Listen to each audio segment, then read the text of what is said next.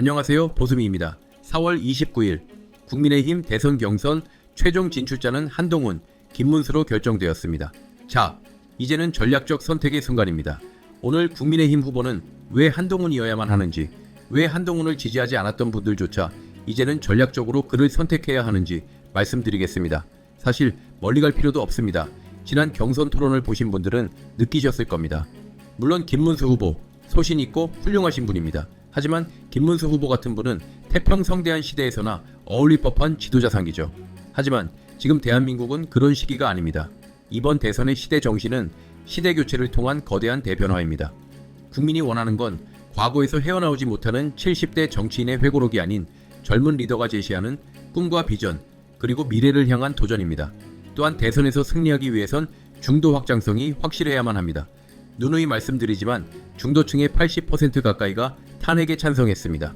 하지만 김문수 후보는 탄핵에 반대했고, 김문수를 뒤에서 바치고 있는 친윤 잔재들은 전 국민들로부터 패급 취급을 받고 있습니다.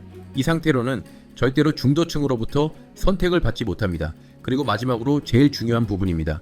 이번 대선은 결코 태평한 시대의 평화축제가 아닌 사생결단의 전쟁입니다. 우리의 상대인 이재명은 어떤 사람입니까? 이재명은 검사사칭방조죄, 특수공무집행방해죄, 선거법 위반, 음주운전 등으로 전과사범, 현재는 5개 혐의로 재판 중인 피고인입니다. 이런 사람이 대통령이 되겠다는 것도 기가 찰 노릇인데, 더욱 공포스러운 건 사회주의 국가에서나 볼 수 있는 90%에 가까운 압도적인 지지율로 좌파들의 대선 후보로 결정이 되었다는 겁니다.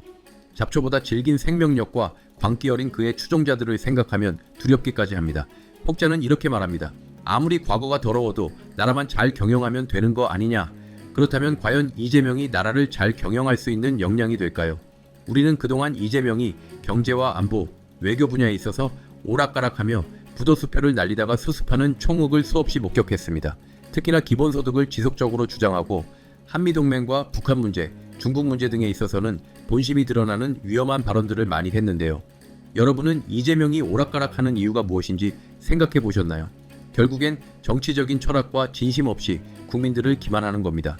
그래서 우리는 이재명의 뼛속까지 드러내 그의 거짓과 위선, 무능함과 리스크를 온 국민 앞에 알려 입법, 행정, 사법 모두를 독점해 대한민국을 독재하려는 그의 시도를 막아야 합니다. 자, 그렇다면 이재명을 막기 위해 우리가 써야 할 카드는 무엇일까요? 무엇보다 중요한 건 국가와 국민을 위해 자신을 내던질 수 있는 애국심과 사명감, 그리고 대한민국의 미래를 위해 촘촘히 설계된 본인 정책에 대한 높은 이해도.